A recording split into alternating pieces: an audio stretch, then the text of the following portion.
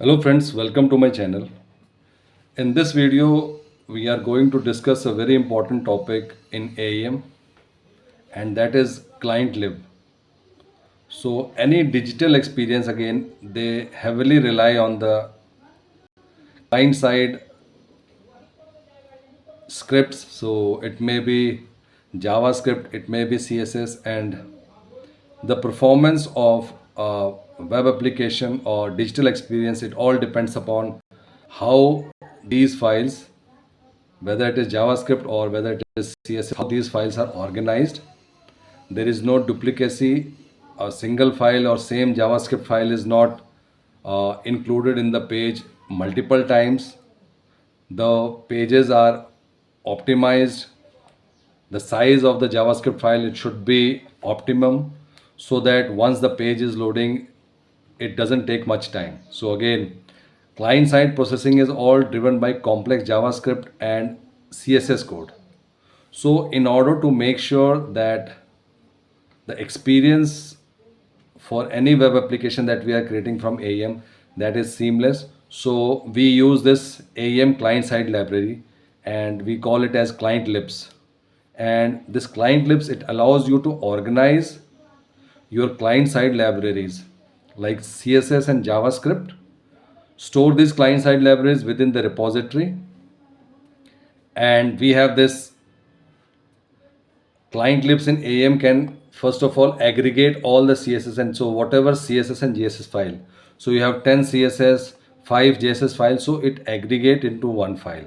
So instead of loading multiple files, instead of sending requests multiple times to load different files, it aggregate all CSS and JS into one file. Then we have one path that is accessible through dispatcher.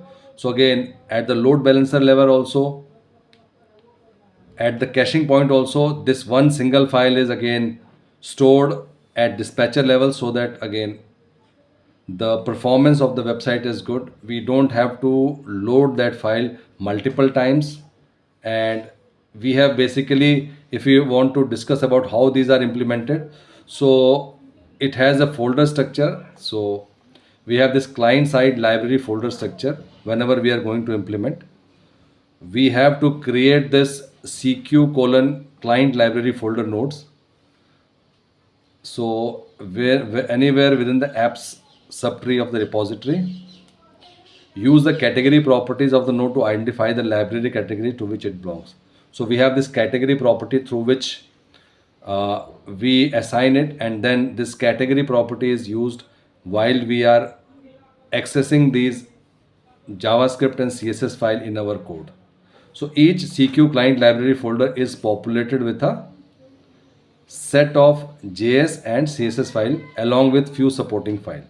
So this CQ colon client library folder plays a very important role. First of all, we put all the details of the CSS and JavaScript that we are going to use along with the actual CSS and JavaScript file. We assign it to the category.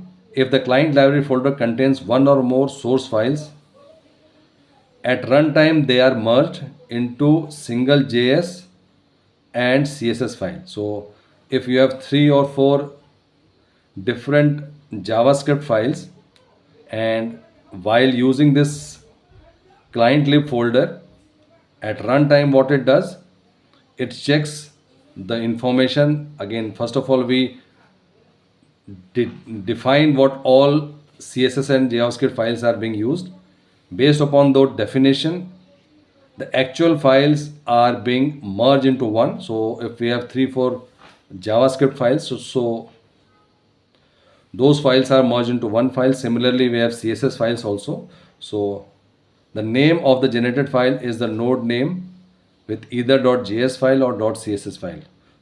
And you just need to, in order to reference the JS and CSS code source files, one is there is a file called js.txt file. So as I told you that we have to first define what all JavaScript files we are including. So we have a file called js.txt file. So all the JavaScript files name we put into js.txt file.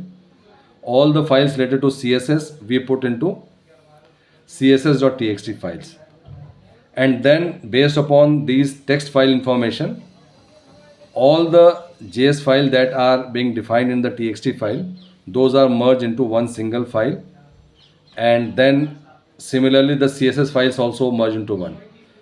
To specify the category, what we do, we define a attribute called categories. Its type will be string and value will be the category name. Once it is saved all, then the final thing is like we have to use this in our code. So it will be like the client lib via the path and then the path of the JS file, as the JavaScript file has the naming convention as well as the CSS file has the naming convention. Once your client libs are successfully stored, managed in the client library, they can be accessed via HTL. Client libraries are loaded through helper template provided by AEM.